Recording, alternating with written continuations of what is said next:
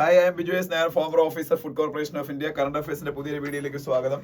കുറച്ച് ദിവസം നമ്മൾ നേരിട്ട് ഇന്ററാക്റ്റീവ് ബോർഡ് വഴി ക്ലാസ് എടുത്തില്ല. അത് വേറെ ഒന്നും കൊണ്ടല്ല, നിങ്ങൾക്ക് കാണുമ്പോൾ തന്നെ അറിയാം, ഞാൻ ഇപ്പോൾ മുട്ടായിട്ട് നിൽക്കുകയാണ്. അപ്പം ഞാൻ ആക്ച്വലി ഒരു ഹെയർ ട്രാൻസ്പ്ലാന്റ് നടത്തിയായിരുന്നു. അതുകൊണ്ടാണ് ക്ലാസ് എടുക്കാൻ പറ്റായിരുന്ന കുറച്ച് ദിവസം. അപ്പോൾ ഇനി കുഴപ്പമില്ല. അപ്പോൾ ചെറിയൊരു തൊണ്ടവേദന, ജലദോഷമൊക്കെ ഉണ്ട്, എന്നാലും സ്റ്റിൽ നമുക്ക് ക്ലാസ് എടുക്കാം. അപ്പൊ ആദ്യത്തെ ന്യൂസ് എന്ന് പറയുന്നത്, നമ്മൾ ഈ കഴിഞ്ഞ ആഴ്ചയിൽ ക്ലാസ് എടുക്കാതിരുന്ന സമയത്ത് ആക്ച്വലി വേൾഡ് കുറച്ച് സംഭവ ബഹുലമായിരുന്നു. വേൾഡ് എന്ന് പറയാൻ പറ്റില്ല, ഇന്ത്യയിലെ ഏറ്റവും പ്രധാനപ്പെട്ട സ്റ്റേറ്റ് ഏതെന്ന് ചോദിച്ചാൽ ഉത്തർപ്രദേശാണ്. പൊളിറ്റിക്കലി ഏറ്റവും ഇമ്പോർട്ടന്റ് ആയിട്ടുള്ള സ്റ്റേറ്റ്. കാരണം ഉത്തർപ്രദേശിനെ പോലെ പൊളിറ്റിക്കൽ സ്റ്റേക്ക് ഉള്ള വേറൊരു സ്റ്റേറ്റും ഇല്ല. Because Uttar Pradesh is having 80 Lok Sabha seats. Once a party win Uttar comprehensively, that party can rule India. That's why BJP is ruling India for the last 15 years, because they are always getting majority of the seats in Uttar Pradesh. But politically most significant state in India Uttar Pradesh, but at the same time another most important state is Maharashtra, because of the fact that Maharashtra is the financial capital of India. That state is having the maximum GSDP, gross state domestic product, in India, and India's financial capital is Mumbai എന്ന് പറയുന്നത് മഹാരാഷ്ട്രയിലാണ്. ആ കാരണങ്ങൾ കൊണ്ട് തന്നെ മഹാരാഷ്ട്രയാണ് ഇന്ത്യയിൽ second എന്നല്ല, U പിക്ക് ഒപ്പം തന്നെ പ്രാധാന്യമുള്ള ഇന്ത്യയിലെ സ്റ്റേറ്റ് ആണ്, പൊളിറ്റിക്കലി ആൻഡ് എക്കണോമിക്കലി. ആ സ്റ്റേറ്റ് കോൺഗ്രസും അതിന്റെ അലയൻസ് പാർട്ട്നേഴ്സും വിൻ ചെയ്യുമെന്നാണ് പൊതുവെ കരുതപ്പെട്ടിരുന്നത് ഹരിയാന ഇലക്ഷൻ വരെ ഞാൻ പറയാൻ കാര്യം, ലോക്സഭ ഇലക്ഷനിൽ BJP and its alliance partners got a severe drubbing in Maharashtra. അവർ പ്രതീക്ഷിച്ച അവരുടെ ഔട്ട്കം ഒന്നും കിട്ടിയില്ല. അതുകൊണ്ടാണ് BJPക്ക് സിംഗിൾ പാർട്ടി, ഏറ്റവും വലിയ പാർട്ടി എന്നുള്ള അത് കിട്ടിയെങ്കിലും അവർക്ക് മെജോറിറ്റി ഒന്നും കിട്ടാതായി പോയത്. But after that they recovered from that. അത് ഹരിയാന ഇലക്ഷനിൽ തന്നെ നമ്മൾ കണ്ടതാണ്. ഒരു ഇലക്ഷൻ മൈക്രോ മാനേജ് ചെയ്തു. അവരുടെ ഐഡിയോളജിക്കൽ ഫൗണ്ടൻ ഹെഡായ RSS രാഷ്ട്രീയ സ്വയം സേവക് സംഘത്തിന്റെ കാഡേഴ്സ് ഇറങ്ങിയിട്ട് അവർ ഭയങ്കരമായിട്ട് ഓരോ വീടുകളിലും പോയി ആൾക്കാരെ കൺവിൻസ് ചെയ്ത് വോട്ട് ചെയ്യിപ്പിച്ചെന്ന് പറഞ്ഞ ഹരിയാനയിൽ. അത് തന്നെ അതുകൊണ്ട് മഹാരാഷ്ട്രയിലും ആവർത്തിക്കുമെന്ന് പൊതുവെ കരുതപ്പെട്ടിരുന്നതുകൊണ്ട് തന്നെ ലോക്സഭ ഇലക്ഷനിൽ കോൺഗ്രസിനും അതിന്റെ അലയൻസ് പാർട്ട്നേഴ്സിനും ഉണ്ടായ സക്സസ് ഒരുപക്ഷെ മഹാരാഷ്ട്രയിൽ ഉണ്ടാവില്ല എന്ന് പൊളിറ്റിക്കൽ പണ്ഡിറ്റുകളെല്ലാം തന്നെ കണക്കുകൂട്ടിയിരുന്നു. പക്ഷെ അവര് പ്രതീക്ഷിച്ചതിനേക്കാളും സുനാമിയാണ് മഹാരാഷ്ട്രയിൽ സംഭവിച്ചത്. മഹാരാഷ്ട്രയിൽ ഈ അടുത്ത കാലത്തൊന്നും ഉണ്ടാവാത്ത ഒരു സക്സസ് ആണ് ഇവരുടെ അലയൻസിന് കിട്ടിയത്. 2/3 മെജോറിറ്റിയോടുകൂടി മഹാരാഷ്ട്ര BJPയും അതിന്റെ അലയൻസ് പാർട്ട്നേഴ്സും വിൻ ചെയ്തു. Still there is a suspense who is going to be the chief minister of Maharashtra, because Eknath Shinde was the chief minister of Maharashtra, but now BJP is actually the single largest party, and they are in a touching distance of majority in legislative assembly. അതുകൊണ്ട് തന്നെ അവര് chief ministership ഏറ്റെടുക്കാൻ സാധ്യതയുണ്ട്. അങ്ങനെയാണെങ്കിൽ Devendra Fadnavis, he's the biggest political leader of BJP in Maharashtra. അപ്പം Devendra Fadnavis മഹാരാഷ്ട്രയുടെ chief minister ആവാനുള്ള സാധ്യതയാണ് വളരെ കൂടുതൽ. പക്ഷെ അത്രത്തോളം ഇമ്പോർട്ടൻസ് ഇല്ലെങ്കിലും Jharkhand is also another Indian state. വളരെ റിസോഴ്സ് റിച്ച് ആയിട്ടുള്ള സ്റ്റേറ്റ് ആണ്. But still almost majority of the people are under poverty land. അതൊരു പാരഡോക്സ് ആണ്. അവിടെ ജാർഖണ്ഡ് ഏറ്റവും റിസോഴ്സ് റിച്ച് ആയിട്ടുള്ള ഇന്ത്യയിലെ സ്റ്റേറ്റുകളിലൊന്നാണ്. ഒരുപാട് മിനറൽസിന്റെ ഒക്കെ പ്രസൻസ് ഏറ്റവും കൂടുതലുള്ള ഇന്ത്യൻ സ്റ്റേറ്റ് ആണ്. പക്ഷേ അവർ പോവർട്ടിയിലാണ്. അതിന്റെ ഗുണമൊന്നും സാധാരണ ജനങ്ങൾക്ക് കിട്ടുന്നില്ല. പക്ഷെ അവിടെ BJPക്കും അതിന് അലയൻസ് പാർട്ട്നേഴ്സിനും പരാജയം ഏറ്റുവാങ്ങേണ്ടി വന്നു.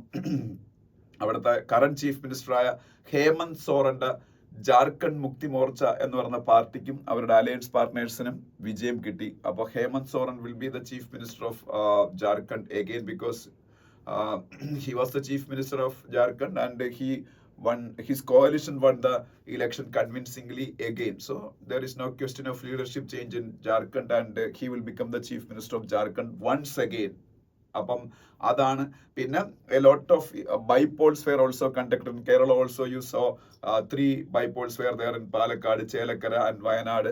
അവിടെയൊക്കെ UDFനും LDFനും ഒക്കെ വിജയം കിട്ടി, BJPക്ക് പരാജയമായിരുന്നു. But if you take all over, if you take the case of other states like Uttar Pradesh, Rajasthan, Bihar, അവിടെയെല്ലാം BJPക്ക് വലിയ വിജയമായിരുന്നു. വെസ്റ്റ് ബംഗാളിൽ അവിടുത്തെ റൂളിംഗ് പാർട്ടിയെ തൃണമൂൽ കോൺഗ്രസിന് വിജയമാണ് കിട്ടിയത്. അപ്പൊ അതായിരുന്നു കഴിഞ്ഞ ഒരു 3-4 ദിവസത്തെ ഏറ്റവും വലിയ ഒരു ന്യൂസ് എന്ന് പറയുന്നത്.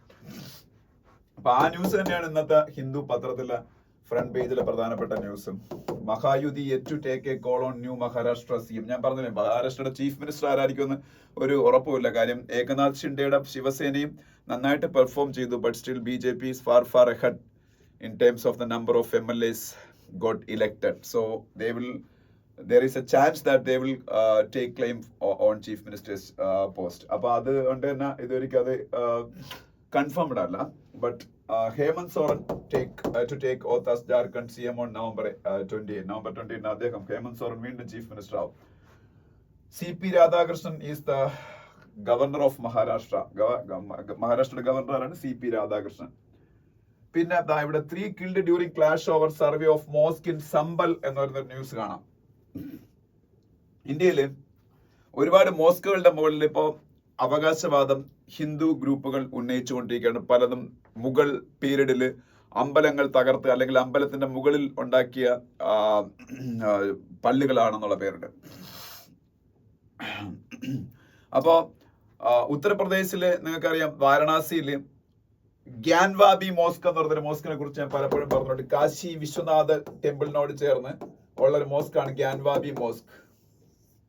ഇവിടെ ഭയങ്കരമായിട്ടുള്ള ഡിസ്പ്യൂട്ട് ആണ്. അപ്പം അത് ഒരു ഹിന്ദു ക്ഷേത്രമാണെന്നുള്ള പേരിൽ. അതുപോലെ അതേ ഉത്തർപ്രദേശില് കൃഷ്ണ ജന്മഭൂമിയില് ഷാഹി ഈദ്ഗാ, മധുരയിലാണല്ലോ കൃഷ്ണ ജന്മഭൂമി, മധുരയിലാണ് കൃഷ്ണ ജന്മഭൂമി. അവിടെ ഷാഹി ഈദ്ഗാ എന്ന് പറയുന്ന വേറൊരു മോസ്ക് ഉണ്ട്. ഈ മോസ്ക് കൃഷ്ണ ജന്മഭൂമിയിലാണെന്നുള്ള ഒരു പ്രശ്നം ഓൾറെഡി ഉണ്ട്. അതേപോലെ മധ്യപ്രദേശില് കമൽ മൗല എന്ന് പറയുന്ന ഒരു പള്ളിയുണ്ട്, കമൽ മൗല. ഈ കമൽ മൗല എന്ന് പറയുന്ന പള്ളി ഭോജശാല എന്ന് പറയുന്ന ഒരു ടെമ്പിളിന്റെ സ്ഥലം കയ്യേറിയാണ് നിർമ്മിച്ചിരിക്കുന്നത് എന്നുള്ള പേരിൽ അവിടെ ഒരു ഡിസ്പ്യൂട്ട് ഉണ്ട്. ഭോജശാല കമൽ മൗല പള്ളിയാണ്, ഭോജശാല ഹിന്ദു ടെമ്പിൾ ആണ്. അതെവിടെയാണ്? മധ്യപ്രദേശിലാണ്. ഇപ്പൊ അടുത്ത ഡിസ്പ്യൂട്ട് വന്നേക്കുന്നു. സംഭൽ എന്ന് പറയുന്ന ഉത്തർപ്രദേശിലെ സ്ഥലത്ത് ഷാഹി ജമാ മസ്ജിദ് എന്ന് പറഞ്ഞൊരു മസ്ജിദ് ഉണ്ട്. എവിടെയാണ്? Sambhal is in Uttar Pradesh. അവിടെ ഷാഹി ജമാ മസ്ജിദ് എന്ന് പറഞ്ഞൊരു പള്ളിയുണ്ട്. അവിടെ അത് ഹിന്ദു ക്ഷേത്രത്തിലെ മുഗൾ പീരീഡിലെ ഹിന്ദു ക്ഷേത്രത്തിന്റെ മുകളിലാണ് ഈ പള്ളി നിർമ്മിച്ചതെന്നുള്ള പേരിൽ ഡിസ്പ്യൂട്ടായി. അവിടെയും കോടതിയുടെ ഉത്തരവനുസരിച്ച് സർവേ ഒക്കെ നടക്കുന്നു. അപ്പൊ അവിടെ ക്ലാഷസ് ഉണ്ടായി, കമ്മ്യൂണൽ ക്ലാഷസ് ഉണ്ടായി, ആൾക്കാർ മരിച്ചു. അതാണ് ന്യൂസ്.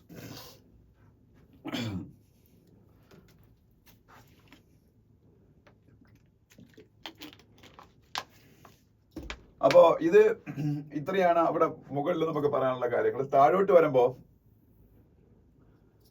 ഈ യുക്രൈൻ വാറിൽ റഷ്യൻ ഫോഴ്സസിനോടൊപ്പം നിന്ന് യുദ്ധം ചെയ്യാൻ വേണ്ടിയിട്ട് ഇന്ത്യയിൽ നിന്ന് കുറെ ആൾക്കാർ റിക്രൂട്ട് ചെയ്തുകൊണ്ട് പോയിട്ടുണ്ട്. അതിൽ മിക്കുള്ളവരെയും റഷ്യ തിരിച്ചുവിട്ടെങ്കിൽ ഇപ്പോഴും ഇന്ത്യക്കാർ അവിടെ യുദ്ധം ചെയ്യുന്നവരുടെ കൂട്ടത്തിലുണ്ടെന്ന് പറഞ്ഞുള്ള ന്യൂസുകൾ വരുന്നുണ്ട്. അതുമായിട്ട് ബന്ധപ്പെട്ട ന്യൂസ് അതിൽ പ്രത്യേകിച്ചൊന്നും പറയാനില്ല.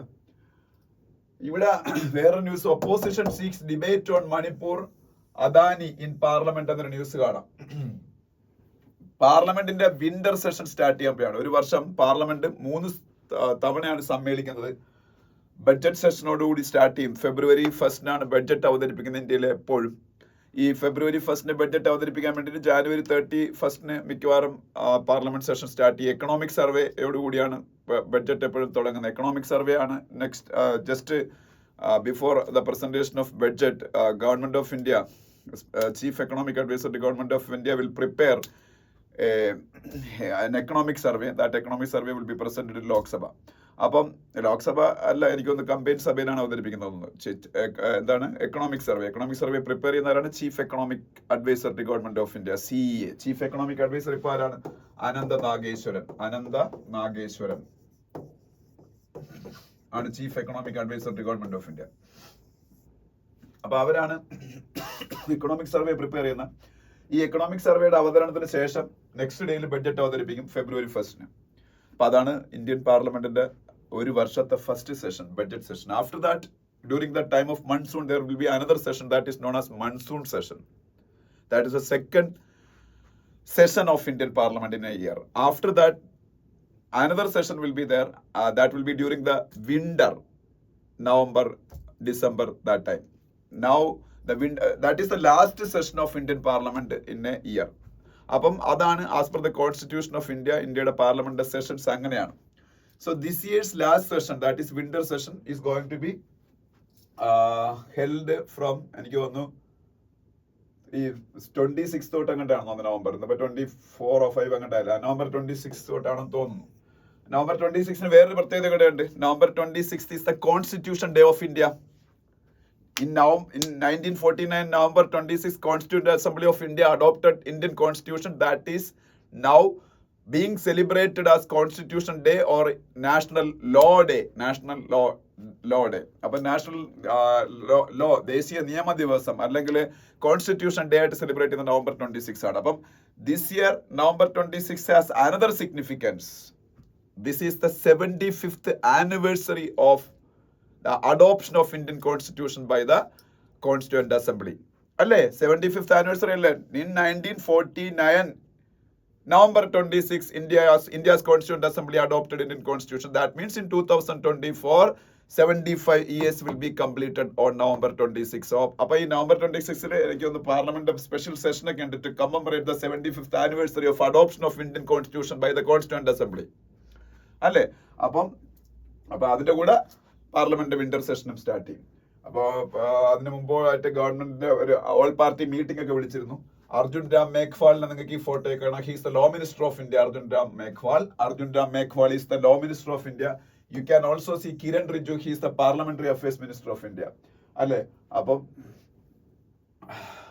അതൊക്കെയാണ് അവിടെ പറയാനുള്ളത്.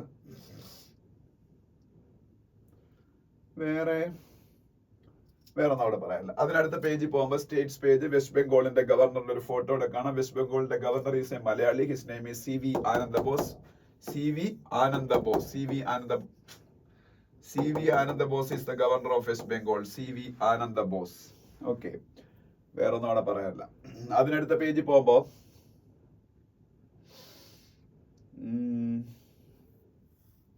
ഇല്ല, ഈ പേജിൽ കംപ്ലീറ്റ്ലി ബൈ ഇലക്ഷൻ റിസൾട്ടുകളെ കുറിച്ചൊക്കെ പറഞ്ഞു ഓരോ സ്റ്റേറ്റിലെയും. അത് നമുക്ക് ആവശ്യമുള്ളതല്ല. അതിനടുത്ത പേജിൽ പോകുമ്പോ അവിടെ ഇലക്ഷനെ കുറിച്ചൊക്കെയാണ്.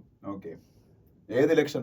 By election. സോറി, ഇപ്പൊ കേരളത്തിലെ പാലക്കാടും വയനാടും ഒക്കെ നടന്ന പോലുള്ള by elections. That is not at all important. അതുകൊണ്ട് തന്നെ അത് ഡിസ്കസ് ചെയ്യേണ്ട ആവശ്യമില്ല.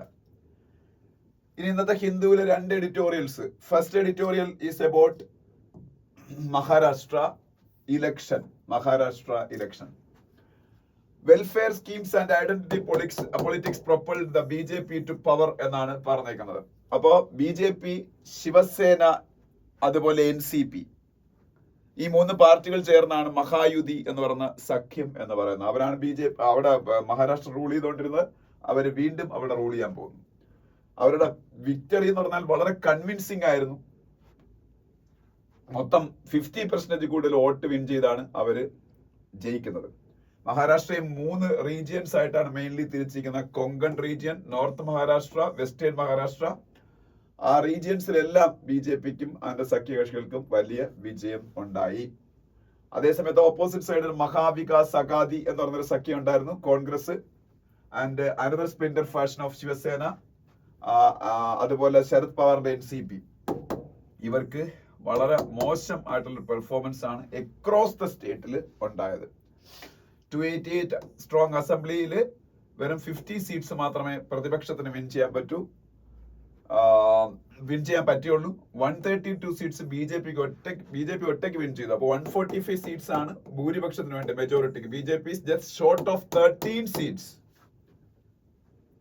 to cross the halfway mark or majority. അപ്പോ അവര് അതുകൊണ്ട് തന്നെ ഞാൻ പറഞ്ഞില്ലേ, ചീഫ് മിനിസ്റ്റർ പൊസിഷൻ എടുക്കാനുള്ള സാധ്യത കൂടുതലാണ്. പിന്നെ മഹാരാഷ്ട്രയില് വിജയം ഉണ്ടായിരിക്കുന്ന ഹരിയാനയിലെ കൺവിൻസിംഗ് ആയിട്ടുള്ള വിക്ടറിക്ക് പുറകെയാണ് BJPക്ക്.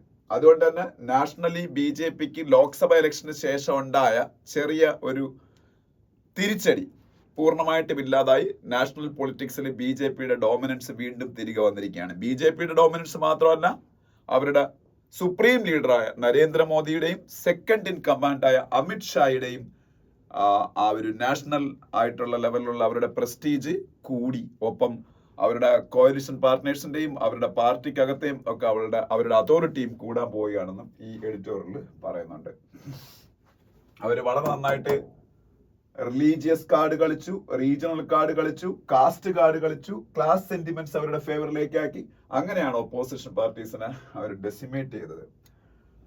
ആര് ചീഫ് മിനിസ്റ്റർ ആയാലും മഹാരാഷ്ട്രയിലെ മൊത്തം രാഷ്ട്രീയത്തിന്റെ ഗതി ഇൻ ഫേവർ ഓഫ് BJP ആയി മാറിക്കഴിഞ്ഞു എന്നും പറയുന്നുണ്ട്. അപ്പോ കോൺഗ്രസ് ലോക്സഭ ഇലക്ഷനിൽ ചെറിയ മാർജിനൽ ഗെയിൻസ് ഉണ്ടാക്കിയിരുന്നു. അത് ഇന്ത്യൻ രാഷ്ട്രീയത്തിൽ ഒരു ടേണിംഗ് പോയിന്റ് ആവും എന്നൊക്കെ പലരും കരുതിയെങ്കിലും അത് വെറുതെയാണ് എന്ന് ബോധ്യപ്പെട്ടിരിക്കുകയാണ്. കോൺഗ്രസിന് യാതൊരു വിധത്തിലുള്ള ഒരു മൊമെന്റവും ഈ ഇലക്ഷനുകളിൽ ഒന്നും കിട്ടുന്നില്ല എന്ന് മാത്രമല്ല, അവരാണ് പല കോalitionകളിലും വീക്കസ്റ്റ് ലിങ്ക് ആയിട്ട് ഫീൽ ചെയ്യുന്നത്. ജാർഖണ്ഡൊക്കെ എടുത്ത് പരിശോധിച്ചാൽ അങ്ങനെ ആണ് മനസ്സിലാവുന്നത്. കോൺഗ്രസ് ഉയർത്തിക്കൊണ്ടുവന്ന മുദ്രാവാക്യങ്ങൾക്കൊന്നും ഒരു റെസണൻസും ജനങ്ങളുടെ ഇടയിൽ കിട്ടിയില്ല, എസ്പെഷ്യലി കാസ്റ്റ് സെൻസസ് പോലുള്ള കാര്യങ്ങൾ. അപ്പോൾ അതേ സമയത്ത് BJPയുടെ ഹിന്ദുത്വ രാഷ്ട്രീയം അല്ലെങ്കിൽ ഹിന്ദു കൺസോളിഡേഷൻ അവർക്ക് അനുകൂലമായിട്ട് മാറുകയും ചെയ്തു. പിന്നെ welfare schemes. Obviously Eknath Shinde also played a big part in the victory of NDA in Maharashtra because of his welfare schemes implementation, especially targeting women, because women outnumbered men in the last Maharashtra state election, and women were overwhelmingly voted for BJP because of the not BJP, NDA, because of the cash incentives they got from the BJP-led NDA government in Maharashtra. അത് ആ cash ഇൻസെന്റീവിനെയാണ് mainly BJP അവരുടെ സഖ്യകക്ഷികളെ ജയിപ്പിച്ചതെന്നാ പറയുന്നത്. Okay, അപ്പോൾ ലാഡ്ലി ബഹൻ യോജന അങ്ങനെ എന്തോ കൊണ്ടാണ് എന്റെ പേര്. ആ സ്കീം 1500 രൂപ സ്ത്രീകൾക്ക് മാസം തോറും കൊടുക്കുന്ന ഒരു സ്കീം അവർ സ്റ്റാർട്ട് ചെയ്തായിരുന്നു. അപ്പൊ എന്തായാലും അത് വലിയ തിരിച്ചടി ശിവസേന, ഉദ്ധവ് താക്കറെയുടെ ശിവസേനയ്ക്കും അതുപോലെ ശരത് പവാറിന്റെ നാഷണലിസ്റ്റ് കോൺഗ്രസ് പാർട്ടിക്കുമാണ്. ഈ രണ്ട് പാർട്ടികളും ഇലക്ഷന് മുമ്പ് സ്പ്ലിറ്റായ പാർട്ടികളാണ്. അപ്പൊ ആ സ്പ്ലിറ്റ് ചെയ്ത് പോയ ഗ്രൂപ്പുകൾക്കാണ് ഇപ്പം BJPക്കൊപ്പം നിന്ന ഫാക്ഷൻസിനാണ് ഇപ്പം വലിയ പ്രോമിനൻസ് കിട്ടിയേക്കുന്നത്. അപ്പൊ അവര് സ്വാഭാവികമായിട്ട് അവരാണ് അവിടുത്തെ rightful Clemens for the legacy of NCP and Shiv Sena എന്ന് അവർ ക്ലെയിം ചെയ്യും. അതിന് ഉള്ള എവിഡൻസസ് ഈ ഇലക്ഷനിൽ കിട്ടിക്കഴിഞ്ഞു. അപ്പം മറ്റേ രണ്ട് പാർട്ടികളുടെ ഭാവിയും ക്വസ്റ്റ്യൻ ചെയ്യപ്പെടുകയാണ്. ഈ ആക്ച്വലി ഇത് പൊളിറ്റിക്കൽ എഡിറ്റോറിയലാണ്. ഈ രണ്ടാമത്തെ എഡിറ്റോറിയലും പൊളിറ്റിക്കൽ എഡിറ്റോറിയലാണ്. അപ്പൊ ഇത് എഡിറ്റോറിയൽസ് വായിക്കണം എന്നുള്ളതുകൊണ്ട് ഞാൻ ഡിസ്കസ് ചെയ്യുന്നേ അല്ലാതെ നമുക്ക് മറ്റൊരു പോയിന്റ് ഓഫ് വ്യൂ ഇതിന്റെ ആവശ്യമില്ല. പിന്നെ വോട്ട് അഗെയിൻസ്റ്റ് ഹെയ്റ്റ് എന്ന് പറയുന്ന രണ്ടാമത്തെ എഡിറ്റോറിയൽ, അത് ജാർഖണ്ഡിൽ ഇലക്ഷനിൽ ജാർഖണ്ഡ് മുക്തി മോർച്ച എന്ന് പറയുന്ന പാർട്ടിയുടെ നേതൃത്വത്തിൽ ഹേമന്ത് സോറൻ എന്ന് പറയുന്ന ചീഫ് മിനിസ്റ്റർ നേടിയ വിജയമാണ്. അതിനെക്കുറിച്ചാണ്. അവരുടെ കൂടെ കോൺഗ്രസും അതുപോലെ രാഷ്ട്രീയ ജനതാദൾ എന്ന് പറയുന്ന പാർട്ടിയും ഒക്കെ അലയൻസിൽ ഉണ്ടായിരുന്നു. അപ്പം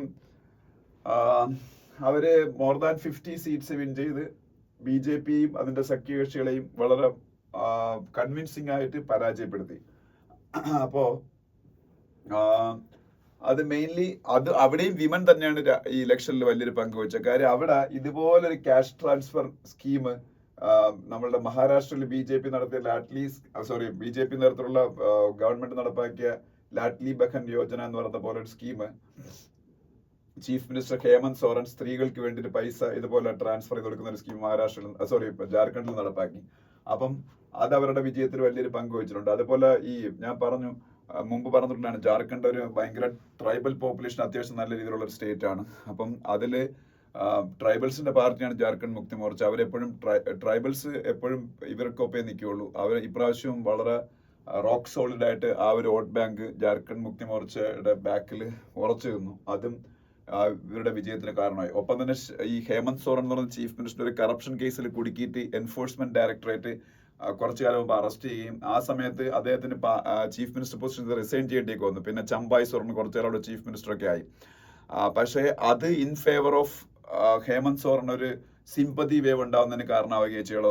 ഒരു രീതിയിലും അത് BJPയോ അതിന്റെ അലയൻസ് പാർട്ട്നേഴ്സിനെയോ സഹായിച്ചില്ലെന്ന് മാത്രമല്ല, അതൊരു എന്താ പറയുന്ന കൗണ്ടർ പ്രൊഡക്റ്റീവ് ആയിട്ടുള്ള ഒരു കാര്യമായിട്ട് മാറുകയും ചെയ്തു. അത് ഒരു ഇതാണ്. പിന്നെന്താണ് പിന്നെ ഈ ചമ്പായ് സോറൻ എന്ന് പറയുന്ന പഴയ ചീഫ് മിനിസ്റ്ററിനെ BJP അവരുടെ കൂടെ കൂട്ടിക്കൊണ്ടുവന്നെങ്കിൽ അദ്ദേഹത്തിന് വലുതായിട്ട് BJPക്ക് വോട്ട് പിടിച്ചു കൊടുക്കാനൊന്നും കഴിഞ്ഞതുമില്ല. അങ്ങനെ കുറെ കാര്യങ്ങൾ അവിടെ പറയുന്നു.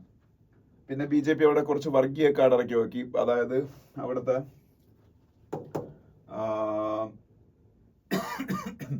സന്താൾ പർഗണ എന്ന് പറഞ്ഞ റീജിയൻ ഉണ്ട്. ആ റീജിയനിൽ ബംഗ്ലാദേശിൽ നിന്നുള്ള മുസ്ലിംസ് ഇല്ലീഗൽ ഇൻഫിൽട്രേറ്റേഴ്സ് ആയിട്ട് വന്നിട്ട് ആദിവാസികൾ അവിടുന്ന് പുറത്താക്കുന്നത്, ആദിവാസികളുടെ ഭൂമിയും സ്വത്തും ഒക്കെ കൈയടക്കുന്നു എന്നൊക്കെ ഉള്ള ഒരു കമ്മ്യൂണൽ പോളറൈസേഷൻ ഉണ്ടാക്കാനുള്ള ഒരു ക്യാമ്പയിനിങ് BJP ഉപയോഗിച്ചെങ്കിലും അവിടെ ഒരു ഗുണം ഉണ്ടായില്ല. ഈ പറഞ്ഞ സന്താൾ പർഗണ എന്ന റീജിയനിലൊക്കെ ഓൾമോസ്റ്റ് കംപ്ലീറ്റ് ആയിട്ടും ജാർഖണ്ഡ് മുക്തി മോർച്ചയുടെ വിജയമാണ് അവിടെ കണ്ടത്. അപ്പം ആ ഒരു shrill campaign against these Muslims targeting communal polarisation that also did work for BJP and its allies. അതൊക്കെയാണ് ഇതിൻ്റെ അകത്ത് പറയുന്നത്, വേറെ ഒന്നും അവിടെ പറയാനില്ല.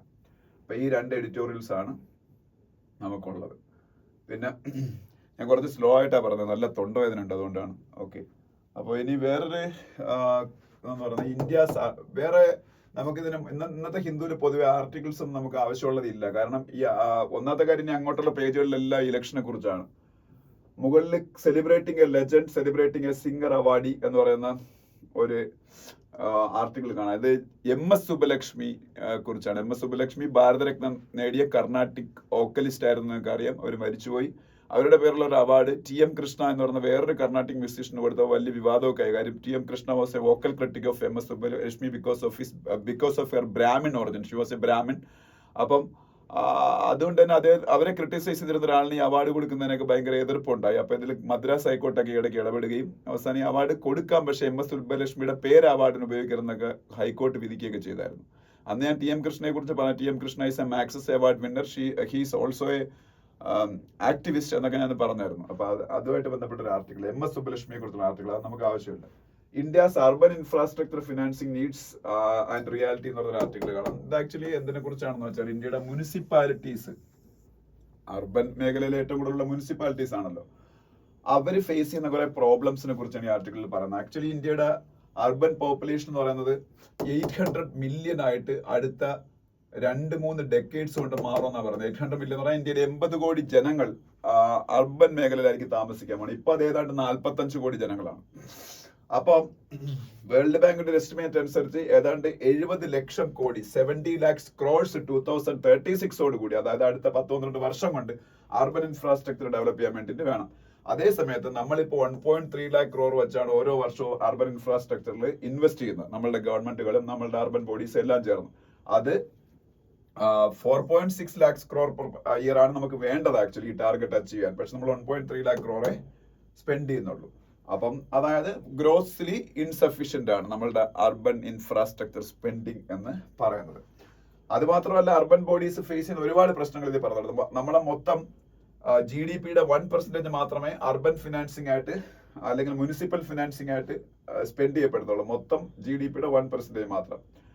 ഇനി അതില് ഈ മൊത്തത്തിൽ മുനിസിപ്പൽ ഇൻഫ്രാസ്ട്രക്ചർ ഡെവലപ്പ് ചെയ്യാൻ വേണ്ടിയുള്ള എമൗണ്ടിന്റെ 45% മുനിസിപ്പാലിറ്റീസ് തന്നെയാണ് സ്പെൻഡ് ചെയ്യുന്നത്. ബാക്കി 55% പല മേഖലകളിൽ നിന്ന് ഫിനാൻസിങ് ആയിട്ട് വരികയാണ് ചെയ്യുന്നത്. അപ്പോ പിന്നെ നമ്മളുടെ മുനിസിപ്പാലിറ്റീസിന്റെയും കോർപ്പറേഷൻസിന്റെ ഒക്കെ റവന്യൂ ഓരോ വർഷം കഴിയുമ്പോഴത്തേക്ക് കൂടേണ്ട സ്ഥാനത്ത് കുറയുന്ന സിറ്റുവേഷൻ വരെ ഉണ്ടാകുന്നുണ്ട്. കൂടിയാൽ തന്നെ മീഗറായിട്ടേ കൂടുന്നുള്ളൂ. ടാക്സ് റവന്യൂ ഒക്കെ കഴിഞ്ഞ കുറച്ച് വർഷം കൊണ്ട് 8% മാത്രമാണ് കൂടിയത്.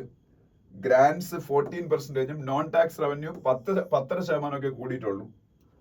അതെല്ലാം ഇവിടെ പറയുന്നുണ്ട്.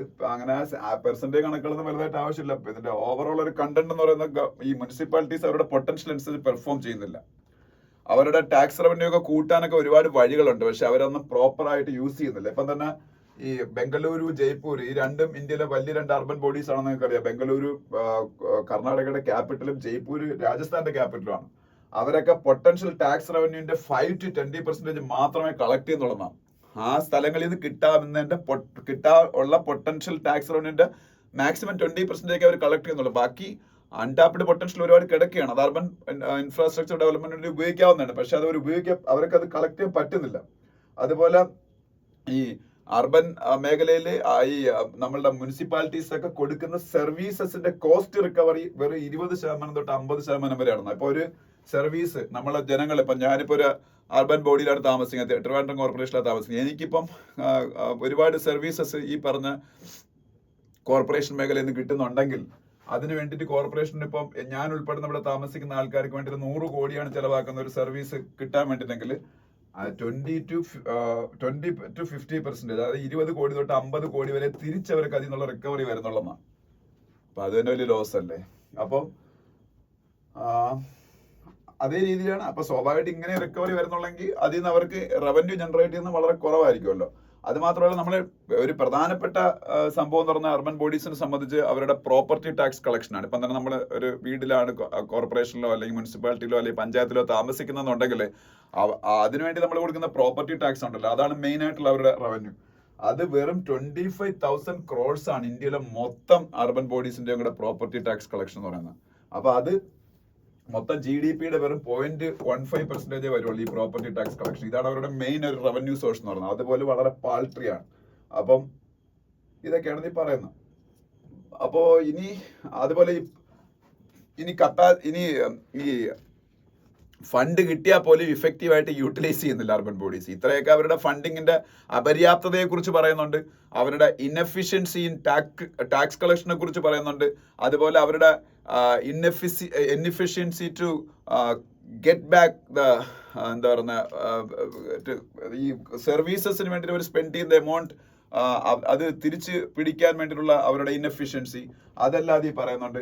പക്ഷെ ഇനിയിപ്പോ ഫണ്ടിങ് ഗവൺമെന്റ് കൊടുക്കാന്ന് പറഞ്ഞാൽ ഉപയോഗിക്കാൻ പോലും അറിഞ്ഞൂടാ. അതായത് ഇവര് പറയുന്നുണ്ട്, ഈ ചെന്നൈയുടെ ഹൈദരാബാദിന്റെ ഒക്കെ എക്സാമ്പിൾ വെച്ച് അവർ പറയുന്ന ഈ അമൃതം എന്ന് പറയുന്ന ഒരു അർബൻ ഡെവലപ്മെന്റ് സ്കീമുണ്ട്. അമൃത് ഗവൺമെന്റ് ഓഫ് ഇന്ത്യയുടെ ആണ്. Atal mission for rejuvenation and urban transformation. AMRUT എന്താണ്? Atal mission for rejuvenation and urban transformation. അതുപോലെ സ്മാർട്ട് സിറ്റി ഉണ്ട്. സ്മാർട്ട് സിറ്റിയിൽ നമ്മളെ തിരുവനന്തപുരം, കൊച്ചിയൊക്കെ ഉണ്ട്. ഈ രണ്ടിന് വേണ്ടി ഗവൺമെന്റ് സ്പെൻഡ് ചെയ്യുന്ന പൈസയുടെ അമൃതിന്റെ വെറും 80%, വെറും അല്ല അത്യാവശ്യം എമൗണ്ട് ആണ്, 80% മാത്രമേ യൂട്ടിലൈസ് ചെയ്തിട്ടുള്ളൂ ഇവിടുത്തെ അർബൻ ബോഡീസ്. അതേസമയത്ത് സ്മാർട്ട് സിറ്റിയുടെ 70% യൂട്ടിലൈസേഷൻ, സ്മാർട്ട് സിറ്റിക്ക് വേണ്ടി ഇതുവരെ ഗവൺമെന്റ് കൊടുത്ത ഫണ്ടിങ്ങിന്റെ 70% അവർക്ക് യൂട്ടിലൈസ് ചെയ്യാൻ തന്നെ പറ്റിയിട്ടുള്ളൂ ഇന്ത്യയിലെ സിറ്റീസിൽ. അതുപോലെ ഹൈദരാബാദ്, ചെന്നൈ പോലുള്ള ഇന്ത്യയിലെ മേജർ സിറ്റീസ് പോലും അവരുടെ ക്യാപിറ്റൽ എക്സ്പെൻഡിച്ചർ ടാർഗറ്റിന്റെ 50% വരെ അവർ സ്പെൻഡ് ചെയ്യുന്നുള്ളതാണ്. അപ്പൊ അതുപോലും അവർക്ക് കിട്ടുന്ന പണം അവർക്ക് പ്രോപ്പറായിട്ട് ഇൻഫ്രാസ്ട്രക്ചർ മേഖലയിൽ പിന്നെ ക്യാപിറ്റൽ എക്സ്പെൻഡിച്ചർ ആയിട്ട് അവർക്ക് സ്പെൻഡ് ചെയ്യാൻ പോലും പറ്റുന്നില്ല. പകുതിയൊക്കെയാണ് അവർ സ്പെൻഡ് ചെയ്യുന്നത് ഇന്ത്യയിലെ ടോപ്പ് അർബൻ ബോഡീസ് പോലും. അപ്പൊ അതാണ് അവസ്ഥ. പിന്നെ പബ്ലിക് പ്രൈവറ്റ് പാർട്ണർഷിപ്പിൽ കൂടെയാണ് ഈ മുനിസിപ്പാലിറ്റീസിലും അല്ലെങ്കിൽ മറ്റ് അർബൻ ബോഡീസിലും ഒക്കെ മെയിനായിട്ട് പ്രോജക്ട് ഇംപ്ലിമെന്റേഷൻ ഒക്കെ നടന്നുകൊണ്ടിരുന്നത്. അതും യഥാർത്ഥത്തില് 2012 ഏതാണ്ട് 8,353 crore PPP പ്രോജക്ട്സ് ഉണ്ടായിരുന്നത് 2018 വെറും 467 crores ആയിട്ട് മാത്രം കുറഞ്ഞു. കാര്യം അത് മെയിനായിട്ട് പ്രശ്നം എന്ന് വെച്ചാൽ PPP എന്ന് പറയുന്നത് പബ്ലിക് പ്രൈവറ്റ് പാർട്ണർഷിപ്പ് ആണ്. അതിൽ പ്രൈവറ്റ് ഏജൻസീസും കാണും, നമ്മളെ ഗവൺമെന്റും കാണും. അപ്പം ഇതിൽ കറക്റ്റ് ആയിട്ടുള്ള മണി ഫ്ലോ അതിനകത്തോട്ട് ഉണ്ടായില്ലെങ്കിൽ പ്രൈവറ്റ് പാർട്ടീസിന് അതിൽ നിന്ന് പിന്മാറും. അത് അട്രാക്റ്റീവ് അല്ലാതെ മാറും. അവരുടെ മുകളിൽ ഡെഡ് ബേർഡൻ ഒക്കെ വരും. അപ്പൊ സ്വാഭാവികമായിട്ടുള്ള ഒരു മണി ഫ്ലോ അതിലേക്ക് ഉണ്ടാവാത്തത് കൊണ്ട് ആയിരിക്കണം PPP പ്രോജക്ട്സ് ഒക്കെ വളരെ മന്ദഗതിയിലായിക്കൊണ്ടിരിക്കുകയാണ് ഇപ്പം അർബൻ ബോഡീസിൽ. അപ്പം ഇതിനുള്ള പരിഹാരങ്ങൾ എന്തൊക്കെ ചെയ്യണമെന്നൊക്കെയാണ് ഇത് പിന്നെ പറയുന്നത്. ഇതെല്ലാം ഫിനാൻഷ്യൽ ചാലഞ്ചസ് ആണ്. പിന്നെ കുറെ സ്ട്രക്ചറൽ ഇഷ്യൂസ് ഉണ്ട് ഇതിന്റെ ഇംപ്ലിമെന്റേഷനായിട്ട് ബന്ധപ്പെട്ട്. ഞാൻ പറഞ്ഞില്ലേ, ഫിനാൻഷ്യൽ ചാലഞ്ചസിന്റെ കൂടെ തന്നെ ഇപ്പൊ ഫണ്ടിങ് കൊടുത്തിട്ട് അവർക്ക് സ്പെൻഡ് ചെയ്യാൻ പറ്റുന്നത്. That is A structural issue, administrative issue. ഇതൊക്കെ പരിഹരിക്കാൻ വേണ്ടിയിട്ട് മെയിൻലി പറയുന്നത് വെച്ചാൽ ഈ അർബൻ ബോഡീസിന് കൂടുതൽ ഓട്ടോണമി, ഫിനാൻഷ്യൽ ഓട്ടോണമിയും കൊടുക്കണം, അഡ്മിനിസ്ട്രേറ്റീവ് ഓട്ടോണമിയും കൊടുക്കണം എന്നാണ് ഒരു കാര്യമായിട്ട് പറയുന്നത്. പിന്നെ നമ്മളെ സ്റ്റേറ്റ് ഫിനാൻസ് കമ്മീഷൻസിനെ കൂടുതൽ സ്ട്രെങ്തൻ ചെയ്യണം. അതായത് അർബൻ ബോഡീസിന് കൂടുതലായിട്ടുള്ള ഫണ്ടിങ് കൊടുക്കാനും ഒക്കെ വേണ്ടിയിട്ട് സ്റ്റേറ്റ് ഫിനാൻസ് കമ്മീഷൻ, സ്റ്റേറ്റ് ലെവലിലുള്ള ഫിനാൻസ് കമ്മീഷൻസിനെ കൂടുതൽ എംപവർ ചെയ്യണം. പിന്നെ PPP പ്രോജക്ട്സ് കൂടുതലായിട്ട് ഈ നേരത്തെ ഞാൻ പറഞ്ഞു PPP പ്രോജക്ട്സ് ഇപ്പൊ കുറഞ്ഞു പോയെന്ന്, അത് കൂട്ടിയെടുക്കാം. അതിനു വേണ്ടിയിട്ട് ഒരു പൈപ്പ് ലൈൻ ഓഫ് പ്രോജക്ട്സ് ഏതാണ്ട് ഒരു 800ഓളം 600 to 800 പ്രോജക്ട്സ് ആനുവലി PPP മോഡലിൽ പൈപ്പ് ലൈനിൽ ഉണ്ടായിരിക്കണം. എന്നാലേ ഒരു 200-250 പ്രോജക്റ്റ് എങ്കിലും ഒരു വർഷം നടപ്പാക്കി എടുക്കാൻ പറ്റുള്ളൂ. അപ്പൊ ഒരു PPP പ്രോജക്ട്സിന്റെ ഒരു വലിയൊരു ഒരു പൈപ്പ് ലൈനിൽ ഒരു number of projects minimum 600 to 800 പ്രോജക്ട്സിന്റെ ഒരു പൈപ്പ് ലൈൻ ഉണ്ടാക്കി വെച്ചിട്ട് അറ്റ്ലീസ്റ്റ് ഒരു 250 to 300 PPP projects all over ഇന്ത്യയുള്ള മുനിസിപ്പൽ കോർപ്പറേഷൻസിൽ നടപ്പാക്കി എടുക്കാൻ പറ്റണം. അങ്ങനെ കുറെ കാര്യങ്ങളാണ് പറയുന്നത്. പിന്നെ ഡിജിറ്റൽ പബ്ലിക് ഇൻഫ്രാസ്ട്രക്ചറിന്റെ ഉപയോഗം, അങ്ങനെയൊക്കെ. അപ്പൊ ഈ ആർട്ടിക്കിൾ ഒന്ന് വായിച്ചു നോക്കുക. ഇത് മാത്രമാണ് ഇതിൽ അത്യാവശ്യം വായിക്കാനുള്ള ഒരു ആർട്ടിക്കിൾ എന്ന് പറയുന്നത് ഹിന്ദുവില്. ബാക്കി കണ്ടോ, ഇതെല്ലാം കംപ്ലീറ്റ് മഹാരാഷ്ട്ര ഇലക്ഷനെ കുറിച്ച്. അതിന്റെ അടുത്ത പേജിൽ ഗൗതം അദാനി എന്തുകൊണ്ട്, ഇത് ഞാൻ ഡീറ്റെയിൽ ആയിട്ട് കഴിഞ്ഞ ഒരു ദിവസം വീഡിയോ നിങ്ങളുടെ പറഞ്ഞാണ്, ഇനി കൂടുതലായിട്ട് ഡിസ്കസ് ചെയ്യുന്നില്ല. ഗൗതം അദാനി അമേരിക്കയിൽ ഇൻഡിക്റ്റ് ചെയ്യപ്പെടാനുള്ള കാര്യം എന്താണ്? അത് സിമ്പിൾ ടേംസിൽ പറഞ്ഞാൽ ഗൗതം അദാനിക്ക് അമേരിക്കയിൽ ലിസ്റ്റ് ചെയ്തിരിക്കുന്ന ഒരു കമ്പനിയുണ്ട്, അഷ്വർ എന്ന് പറഞ്ഞൊരു കമ്പനി. അതുകൊണ്ടാണ് അമേരിക്കയിൽ അവർ സ്യൂ ചെയ്യപ്പെട്ടത്. ഈ കമ്പനി അമേരിക്കയിലാണ് ലിസ്റ്റ് ചെയ്യപ്പെട്ടേക്കുന്നത്. അപ്പൊ ഇവര് അമേരിക്കയിൽ നിന്ന് കുറെ ഇൻവെസ്റ്റേഴ്സിൽ നിന്ന് പണമൊക്കെ റൈസ് ചെയ്തിട്ടുണ്ട്. അത് ഇല്ലീഗലായിട്ടൊന്നും അല്ല. റേസ് ചെയ്തുള്ളൊരു വിഷയം പറയുന്നതെന്ന് വെച്ചാൽ ഇതിനു മുമ്പായിട്ട് വേറൊരു കാര്യോട് പറയണം. SEC എന്ന് പറയുന്ന ഗവൺമെന്റ് ഒരു സ്ഥാപനമുണ്ട്, solar energy corporation of India. ഇവർ 2019-20 കാലഘട്ടത്തിൽ ഏതാണ്ട് ഒരു 50,000 കോടി രൂപയുടെ സോളാർ പ്രോജക്ട്സ് അദാനി ഗ്രൂപ്പിനെ കൊണ്ട്, അത് അദാനി എനർജി എന്ന് പറയുന്ന കമ്പനി, അദാനി എനർജി ആണെന്ന് തോന്നുന്നു, അദാനി എനർജി എന്ന് പറയുന്ന കമ്പനി വഴി, അദാനി എനർജിയാണ്, അദാനി ഗ്രീൻ എനർജി എന്ന് പറയുന്ന കമ്പനി വഴിയാണ് ഈ 50,000 കോടിയുടെ project SEC, solar energy corporation of India നടപ്പാക്കിയത്. നടപ്പാക്കുമ്പം ഈ സോളാർ എനർജി കുറച്ച് ഹൈ കോസ്റ്റിനാണ് അദാനി ഗ്രൂപ്പ്, ഗ്രീൻ എനർജി എന്ന് പറയുന്ന കമ്പനി സെല് ചെയ്യാൻ തുടങ്ങിയത്. അപ്പൊ സ്വാഭാവികമായിട്ട് ഇത് മേടിക്കേണ്ട ഓരോരോ സ്റ്റേറ്റുകളാണ്, അവരിത് മേടിക്കാതായി. അപ്പം അങ്ങനെ വാങ്ങിക്കാതായപ്പോൾ അദാനി ഗ്രൂപ്പ് ഏതാണ്ട് 2,000 കോടിയോളം രൂപ ഇന്ത്യയിലെ വേരിയസ് സ്റ്റേറ്റ് ഗവൺമെന്റുകൾക്ക്, അതായത് ഒഡീഷ ഗവൺമെന്റ്, ആന്ധ്രാപ്രദേശ് ഗവൺമെന്റ്, അതുപോലെ ഛത്തീസ്ഗഡ് ഗവൺമെന്റ്, തമിഴ്നാട് ഗവൺമെന്റ്, ഇവരെയൊക്കെ പേരാതി പറഞ്ഞേക്കുന്നത്, ജമ്മു ആൻഡ് കാശ്മീർ ഗവൺമെന്റ്, ഇവരുടെ ഒഫീഷ്യൽസിന് ബ്രൈബ് കൊടുത്തു. ആ ബ്രൈബിന്റെ അടിസ്ഥാനത്തിൽ ഈ സ്റ്റേറ്റ് ഗവൺമെന്റുകൾ ഇവരെ കയ്യിൽ നിന്ന് ഇത് വാങ്ങാൻ തയ്യാറായെന്നാണ്. ഈ പവർ വാങ്ങാൻ തയ്യാറായെന്നാണ്. അപ്പൊ ഇതാണ് കേസ്. അപ്പം ഇതില് ഉള്ളൊരു പ്രശ്നം, ഇത് ഞാൻ പറഞ്ഞില്ല, അഷർ എന്ന് പറഞ്ഞ കമ്പനി അമേരിക്കയിൽ ലിസ്റ്റ് ചെയ്തിട്ടുള്ള കമ്പനി ആയതുകൊണ്ട് ഇത്തരത്തിലുള്ള കറപ്റ്റ് പ്രാക്ടീസസ് അമേരിക്കയിൽ ലിസ്റ്റ് ചെയ്തൊരു കമ്പനി ചെയ്യാൻ പാടില്ല. അത് അവർക്ക് ഫോറിൻ കറപ്റ്റ് പ്രാക്ടീസ് ആക്ട് എന്ന് പറഞ്ഞ ആക്ട് ഉണ്ട്, അതനുസരിച്ച് അത് ബാൻഡാണ്. അപ്പം ഈ കറപ്റ്റ് പ്രാക്ടീസസിൽ ഇവർ എൻഗേജ് ചെയ്തതിന്റെ പേരിലാണ് അമേരിക്കയിൽ ഇവർ ഇൻഡിക്റ്റ് ചെയ്തേക്കുന്നത്. പ്ലസ് ഈ വിവരങ്ങളൊക്കെ മറച്ചു വെച്ചുകൊണ്ട് അമേരിക്കയുടെ സ്റ്റോക്ക് മാർക്കറ്റിൽ നിന്ന്, അമേരിക്കയിലെ വേരിയസ് ഇൻവെസ്റ്റേഴ്സിൽ നിന്ന് $175 മില്യൺ ഈ കമ്പനി അക്വയർ ചെയ്തു. അതിന്റെ പേരിൽ അമേരിക്കയുടെ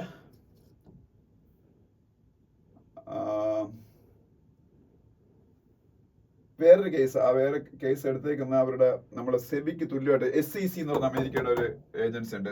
നമ്മളെ സ്റ്റോക്ക് മാർക്കറ്റിന്റെ റെഗുലേറ്റർ സെബി ആണല്ലോ ഇവിടെ, securities and exchange board of India. അതുപോലെ US securities and exchange commission എന്ന സംഭവമുണ്ട്, SEC. അവര് ഈ സംഭവങ്ങൾ മറച്ചു വെച്ചുകൊണ്ട് അമേരിക്കയിലെ ഇൻവെസ്റ്റേഴ്സിന്റെ ഫണ്ടിങ് കളക്ട് ചെയ്തുകൊണ്ടാണ് ആ ഒരു കേസ്, രണ്ടാമത്തെ കേസ് എടുത്തത്. ആദ്യത്തെ കേസ് എടുത്തേക്കുന്നത് ന്യൂയോർക്കിലെ ഒരു ഡിസ്ട്രിക്ട് കോർട്ടാണ്. ഓക്കെ, അങ്ങനെ 2 കേസ്. ഇതാണ് അതിന്റെ കാര്യം. പിന്നെ വീണ്ടും മഹാരാഷ്ട്ര ഇലക്ഷൻ, അടുത്ത പേജിൽ മഹാരാഷ്ട്ര ഇലക്ഷൻ, അതിനടുത്ത പേജിൽ ന്യൂസ് ഉണ്ട്, പക്ഷെ അവിടെയും ഫുൾ ഇലക്ഷനെ കുറിച്ചാണ്, വേറെ ഒന്നും പറയാനൊന്നുമില്ല. അതിനടുത്ത പേജിൽ പോകുമ്പോൾ ഇവിടെ 1-2 കാര്യങ്ങൾ പറയാനുണ്ട്. ഒന്നെന്ന് പറയുന്നത് climate deal a mere illusion says India എന്ന് പറയുന്ന ന്യൂസ്. ഇത് ഞാനിപ്പോ കഴിഞ്ഞ കുറച്ചു കാലം കൊണ്ട് നിങ്ങളുടെ പറഞ്ഞിട്ടുണ്ട്. അസർബൈജാനിലെ ബാക്കൂല് വച്ച് UNFCCCയുടെ united nation framework convention on climate ചേഞ്ചിന്റെ COP29 കോൺഫറൻസ് ഓഫ് ദ പാർട്ടീസിന്റെ 29th മീറ്റിംഗ് നടന്നു. ഇതിന്റെ മെയിൻ എയിം എന്ന് പറയുന്നത് ഒന്ന് NCQG ഫിക്സ് ചെയ്യുക. NCQG എന്ന് പറഞ്ഞാൽ ന്യൂ കളക്റ്റീവ് ക്വാണ്ടിഫൈഡ് ഗോൾ, അതാണ് NCQG. ക്ലൈമറ്റ് ഫിനാൻസുമായിട്ട് ബന്ധപ്പെട്ട് NCQG ഫിക്സ് ചെയ്യുക എന്നുള്ളതായിരുന്നു. NCQG എന്ന് പറയാൻ കാര്യം, ഇത് പഴയ ഒരു കോപ്പ് മീറ്റിംഗ് 2009 കോപ്പൻഹേഗനിലാണെന്നാണ് തോന്നുന്നത്. ഒരു കോപ്പ് മീറ്റിംഗ് അനുസരിച്ച് 2025 വരെ $100 ബില്യൺ വെച്ച് ക്ലൈമറ്റ് ഫിനാൻസ് ആയിട്ട് ഡെവലപ്പിംഗ് കൺട്രീസിന് കൊടുക്കണമെന്നായിരുന്നു. പക്ഷെ അതൊന്നും പ്രോപ്പർ ആയിട്ട് അവർ മീറ്റ് ചെയ്തിട്ടൊന്നുമില്ല. 2022 മറ്റോ അവർ ഏതാണ്ട് $115 ബില്യൺ കൊടുത്തെന്നൊക്കെയാണ് പറയുന്നത്. പക്ഷെ എല്ലാ ഇയറിലൊന്നും അവർ കറക്റ്റ് ആയിട്ട് ആ ഗോൾ മീറ്റ് ചെയ്തിട്ടില്ല. പക്ഷെ 2025 തൊട്ട് പാരീസ് ക്ലൈമറ്റ് അഗ്രിമെന്റുമായിട്ട് ബന്ധപ്പെട്ട ക്ലൈമറ്റ് ഗോൾസ് അച്ചീവ് ചെയ്യാൻ വേണ്ടിയിട്ട്, അല്ലെ NCD എന്ന പറയുന്ന സംഭവം കൊണ്ട് NDC, നാഷണലി ഡിറ്റർമിൻഡ് കോൺട്രിബ്യൂഷൻസ്, ഇതൊക്കെ പാരീസ് ക്ലൈമറ്റ് അഗ്രിമെന്റ് വരുന്നതാണ്. ഇത് ഡെവലപ്പിംഗ് നേഷൻസ് അച്ചീവ് ചെയ്യണമെന്നുണ്ടെങ്കിൽ വീണ്ടും ക്ലൈമറ്റ് ഫിനാൻസിങ് വേണം. അപ്പൊ ഈ $100 ബില്യൺ പോരാ, അത് മാറ്റി പുതിയൊരു ടാർഗറ്റിലേക്ക് 2025 തൊട്ട് വേൾഡ് എത്തിച്ചേരണം. അതാണ് NCQG എന്ന് പറയുന്ന ന്യൂ കളക്റ്റീവ് ക്വാണ്ടിഫൈഡ് ഗോൾ. അതിൽ ഡെവലപ്പിംഗ് നേഷൻസ് ഇപ്പോ ബാക്കൂല് വെച്ച് ചേർന്ന COP29 സമ്മിറ്റിൽ ഡെവലപ്പിംഗ് നേഷൻസ് ആവശ്യപ്പെട്ടു $1.3 ട്രില്യൺ. $1.3 ട്രില്യൺ എന്ന് പറയുമ്പോൾ ഏതാണ്ട് 1,30,000 കോടി ഡോളർ ബൈ 2035 ഡെവലപ്പിംഗ് നേഷൻസിന് കൊടുക്കണമെന്നാണ് ആവശ്യപ്പെട്ടത്. പക്ഷെ അവര് $300 ബില്യൺ കൊടുക്കാനേ തയ്യാറുള്ളൂ. $300 billion. $300 billion.